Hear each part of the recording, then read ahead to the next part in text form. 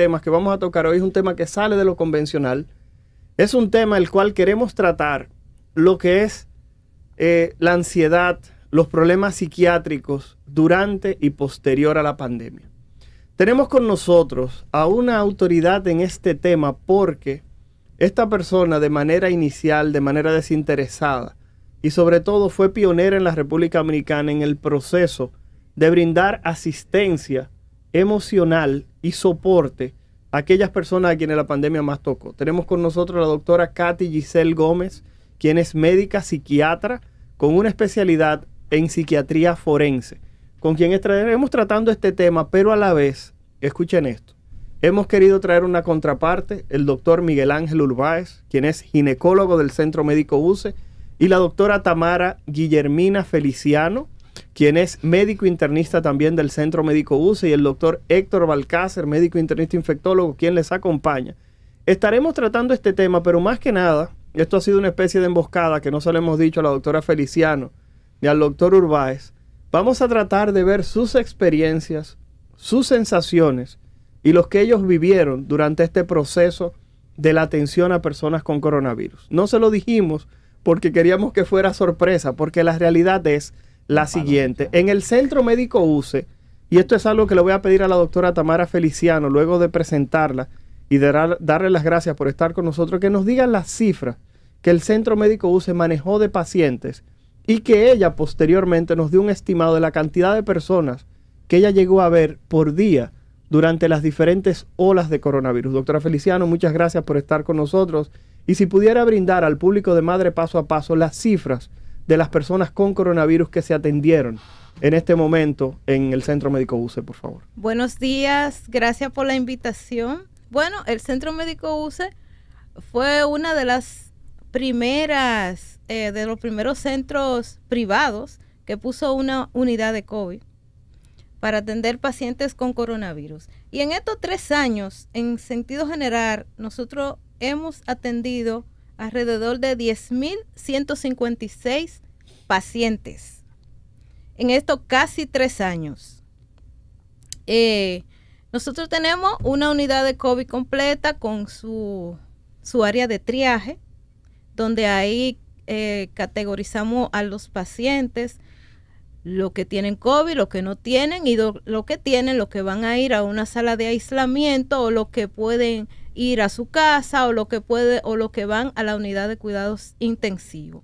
La sala de COVID del Centro Médico UCE es una sala flexible, me explico, que cuando viene una ola tenemos facilidad de más camas, y de lo contrario podemos cerrar algunas camas, ¿no, verdad? Tenemos alrededor de 38 camas para el aislamiento y un intensivo que tiene 6 camas, que gracias a Dios, como el COVID ahora mismo está disminuyendo los casos, ¿no, verdad? Tenemos pocos pacientes, y en la unidad de COVID, en la unidad de COVID intensivo no tenemos ninguno. Doctora Feliciano, en el momento de los grandes picos en la República Dominicana, ¿cuál fue el día que usted vio mayor cantidad de pacientes? Si usted pudiera, por favor, decirlo al público de Madre Paso a Paso.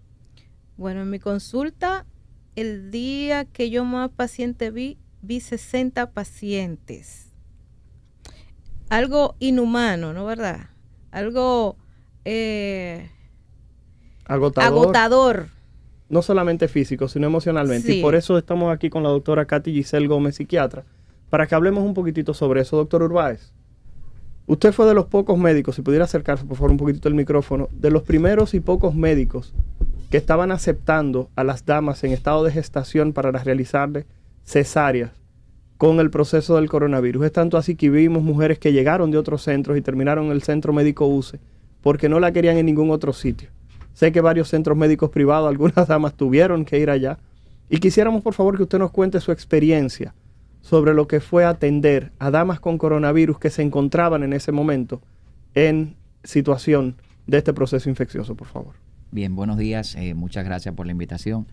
Como muy bien dice Balcácer, nosotros fuimos de los primeros que asistimos pacientes con casos positivos, pacientes embarazadas positivas con COVID-19. como decía la doctora Feliciano allá en el centro, pues nos habilitamos rápidamente para poder asistir a estos casos. Y así como mencionaba también, muchos médicos, no quisiera mencionar la palabra que abandonaron, al contrario, sino muchos médicos... Dígalo, doctor, dígalo. No, es que no fue así, no puedo decir eso de mis colegas ginecólogos. Lo que pasa es que no se encontraban en un lugar con la preparación necesaria para recibir la estructura necesaria para recibir esos pacientes, y por ende se veían obligados a referir las pacientes a hospitales públicos que ya estaban establecidos para recibir estos pacientes, o se veían obligados a referirlas a centros como el nuestro, que se preparó desde el inicio para recibir este tipo de casos. Yo diría que la experiencia es lo que más quisiera resaltar en momentos en que estamos viendo muchos pacientes con COVID, es ¿cómo se dice? Cuando no puedes resolver un problema, o sea, la incapacidad, la frustración que nosotros sentíamos en el momento en que ya estábamos llenos y teníamos que decir diariamente a esos colegas o a esas pacientes, lamentablemente no podemos recibirla porque no tenemos ya más espacio. Y de pronto se crea el llamado listado, no lo voy a decir así entre comillas, para que en caso de que se desocupe una cama, nosotros poder recibir ese caso. Fueron muchos momentos de frustración, pero a la vez también muchos momentos de satisfacción porque pudimos resolverle a esta paciente que no tenían dónde ser asistida debido a su condición de padecer con COVID-19. Señores, ustedes han escuchado las palabras de la doctora Tamara Feliciano, médico internista del Centro Médico UCE, y del doctor Miguel Ángel Urbáez, ginecólogo también del Centro Médico UCE. Ahora yo quiero darle la palabra a la doctora Katy Giselle Gómez, luego de saludar a la licenciada Nasira Santana, nuestra productora, quien ha decidido acompañarnos en la mañana de hoy, sobre todo por lo serio que es este tema y por el enfoque que hemos querido darle.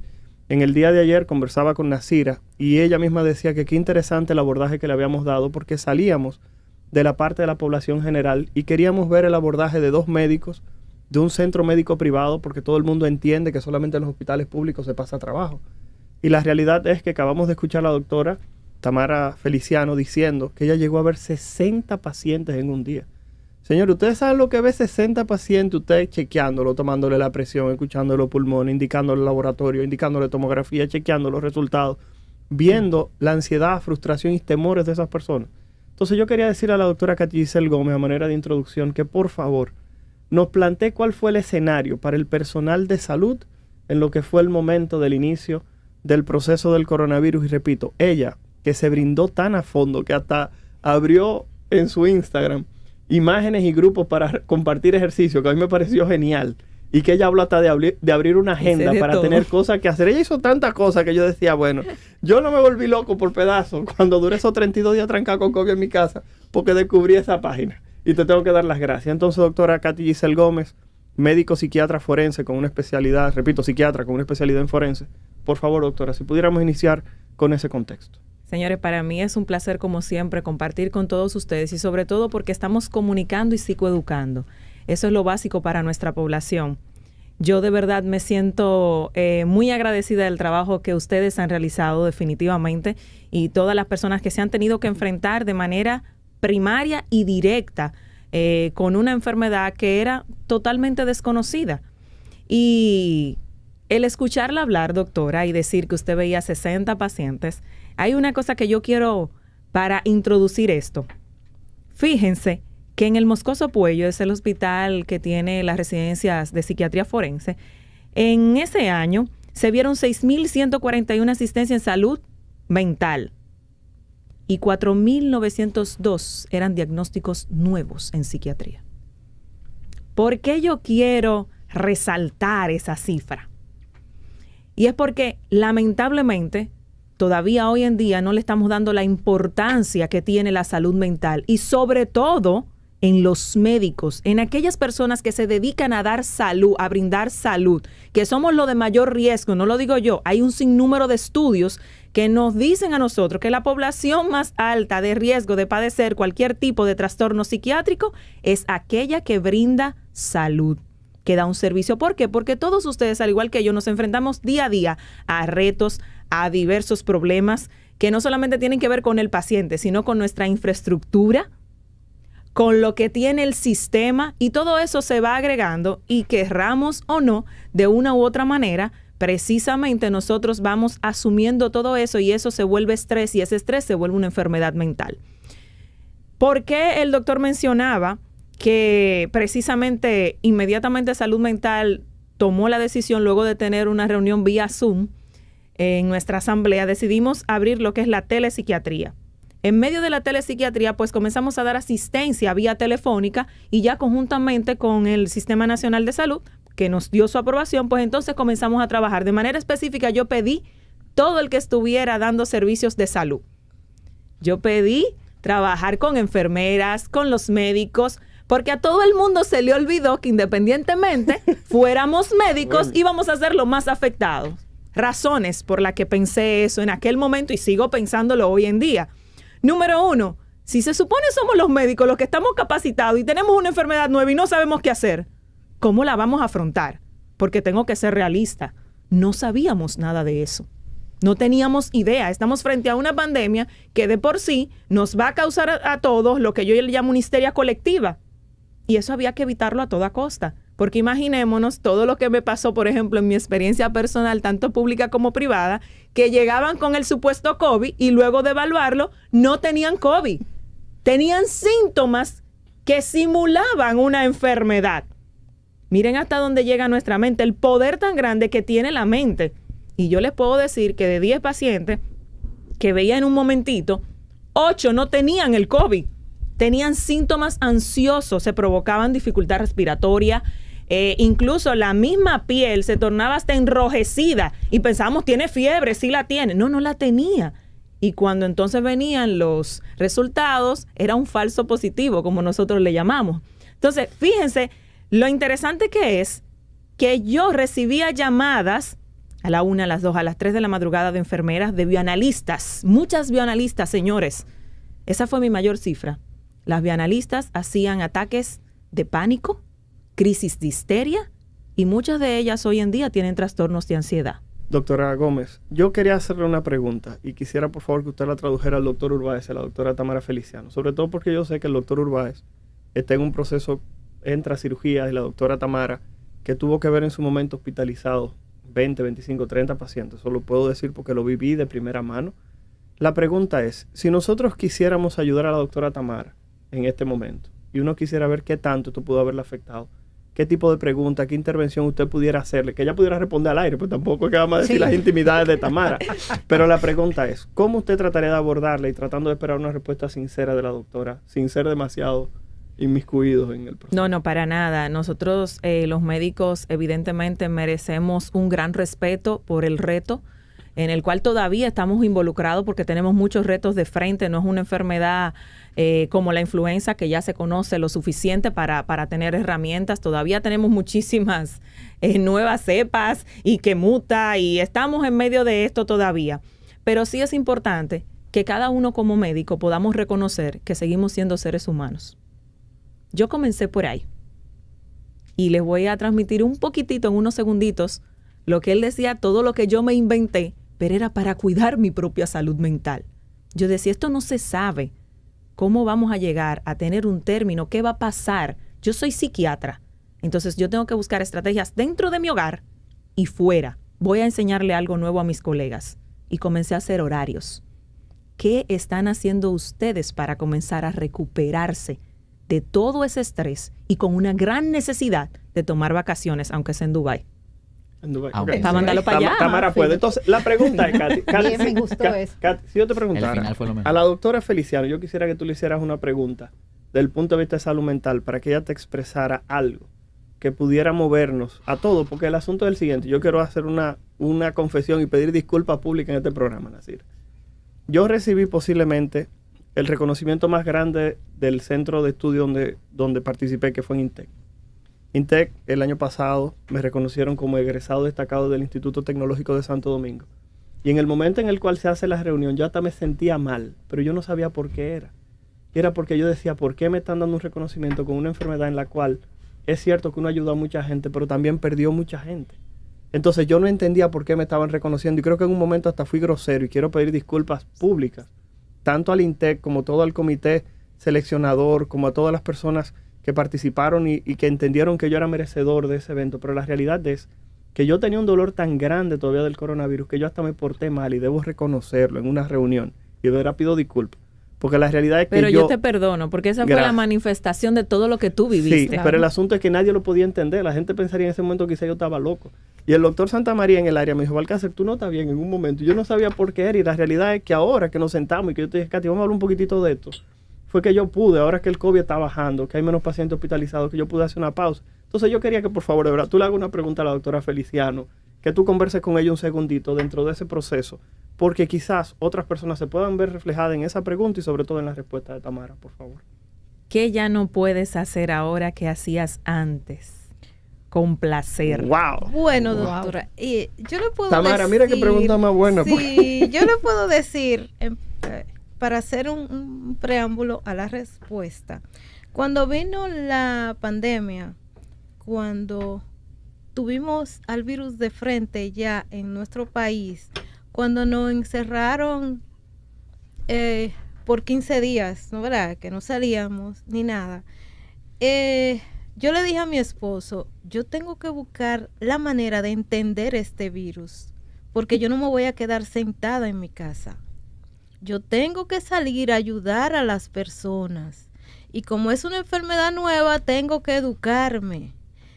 Gracias a Dios, existe la posibilidad que con esta enfermedad, las grandes revistas internacionales, todos los artículos eran gratis. Pero ¿qué pasa? En ese momento no había ni artículos. Habían unos webinars de los países que empezaron primero a luchar con la pandemia, los españoles y demás. Y de ahí nosotros nos íbamos educando hasta enfrentarnos a la pandemia, a los pacientes. Me daba mucha impotencia al principio que no había ni siquiera, habían pacientes que se morían sin una prueba. No teníamos nada. No teníamos prueba, no teníamos medicamentos. No, ¿verdad? Era experimentando, que todavía lo estamos, pero somos más certeros. ¿No, verdad? Me levantaba a las 5 de la mañana y a las 4 para poder ver primero los pacientes hospitalizados y después poder ir a la consulta, porque eran 25 o 30 pacientes hospitalizados para pasarle visita y darle un momento de calidad a cada uno, porque eran personas que estaban graves. Y realmente usted entiende que lograba esa calidad después de ver 10 pacientes. Estamos hablando de 25 y llegamos a 60. Sí. Físicamente. Veía a esos hospitalizados y después me iba a la consulta, a ver lo de la consulta. Pero ¿qué pasa? Había que hacerlo, porque habían pocos colegas que lo hacían. Y eso hay que respetarlo por miedo, porque tenían alguna comorbilidad, por edad. No se podían enfrentar a la pandemia y muchos que lo hicieron fallecieron en el camino. Entonces, tomé la decisión de irme, aunque sea un día al mes, a un lugar que tuviese abierto. A la casa de Nasira, en la zona este del país. Porque todo estaba cerrado y con las restricciones, ¿no, verdad? Para poder disipar la mente. ¿Y qué yo hacía antes que hoy no puedes hacer? Que hoy no puedo hacer. O que te hace sentir rara, como dijo la doctora, por favor. Dormir bien. Wow. No he podido dormir bien. No he podido tener el más común de todos los médicos hoy en día, ya no duermen bien. No he podido dormir bien. No. Wow. Tuve familia que fallecieron cuatro miembros. Gracias a Dios no fallecieron en mis manos. Yo quiero hacer un paréntesis. ¿Ustedes ven cómo nos cuidamos de sentir dolor? Sí. Ella está sufriendo, y voy a tomar ese ejemplo porque yo quiero que las personas nos vean como seres humanos también. Que no solo ustedes tienen reto, el mayor reto es nuestro porque queremos que ustedes estén sanos. Queremos tener esa respuesta para ustedes. Pero mira como nuestra querida doctora, pero no en mis manos, y hasta como un pequeño alivio, porque duele. Cuando perdemos un paciente, no importa que tengamos 1 minuto de conocerlo, ya llegó a mis manos, es mi paciente. Y duele mucho, señores. Estamos teniendo que manejar tiempos, no solamente de la crisis a nivel mundial, sino la crisis que tiene la clase médica, que también necesita ser escuchada, necesita amor también, necesita tener recursos con que trabajar, pero también recursos de calidad de vida. Nasira, tú querías decir algo. Gracias, Tamara, de verdad, por ese momento, y gracias, doctora Katy Giselle, por esa excelente pregunta que entiendo que se le haré a alguien en algún momento de estrés, porque la realidad es que, mira como dice Tamara, no puedo dormir si no quería desconectar, y una vez al mes iba a algún sitio, doctora. Doctor Balcácer, como ayer estábamos hablando y te decía, mira, yo te aprecio muchísimo, Balcácer. Yo sentía tu preocupación, y aquí hubo una campaña de los grandes héroes, pero llegamos al punto de también aquel que limpiaba las habitaciones. El miedo que podía sentir. Yo como madre, el miedo de qué podía pasarle a mis hijos, porque uno piensa primero en sus hijos, de que no vamos a salir, no quiero recibir a nadie, pero nos poníamos a pensar en la parte, y como dice la psiquiatra doctora Giselle, es increíble ver la parte médica, que nos pongamos a analizar. Si nosotros como pacientes sentíamos tanto miedo, y que tampoco, como la doctora Tamara, no podemos todavía al sol de hoy dormir, y que las estadísticas van a seguir aumentando de pacientes que van a hacer post-pandemia de que tengo que ir a un especialista. Pero el miedo no se ha ido. Se buscó la vacuna. Pero todas estas personas, todos estos pacientes que no saben en sí cómo puede atacar este virus y cómo deja secuelas, siguen esas preguntas. Pero hay algo tan grande, y que felicito a la doctora Gómez como psiquiatra, de haber hecho ese trabajo con la parte médica. Porque hay algo en que a ustedes le dicen que la vida de los pacientes están en sus manos. Y cuando uno le pide a Jehová, siempre pide que los guíe a ustedes. Es increíble, porque estamos en la tierra y entonces uno le pide respuesta a ustedes. Pero la parte humana, porque estamos hablando con médicos, pero como dijo la doctora Gómez, son humanos. Y hay algo tan sencillo que los pacientes no han tomado un teléfono para llamar a ese doctor, no para decirle, doctor, yo estoy mal, sino para darle las gracias. Algo tan corto, tan sencillo de hacer, y usted no sabe cómo eso se puede multiplicar. Porque cada uno de ellos... Y cómo sana también. Cómo sana, eso es increíble, cómo sana. Pero no nos hemos tomado el tiempo de llamar a ese médico, porque Balcácer... Yo que conocí el trabajo de Balcácer, más todo lo que estuvimos hablando. Pero Balcácer tenía su psiquiatra. Gracias a Dios. Yo no perdí ni pie ni pisada. Que lo tenía. ¿Cómo estamos? ¿Cómo amanecimos hoy? ¿Dormimos hoy? Porque, doctora, es un punto en el que yo decía, ¿cómo llega Balcácer a su casa? ¿Cómo recibe? ¿Cómo necesita la ayuda? El ver todos los live de su casa. Yo veía solamente el rostro de Balcácer, yo no lo escuchaba. Y él decía, yo también tengo miedo. Señores, con esas palabras de Nasira Santana, nuestra productora, vamos a ir a la primera pausa.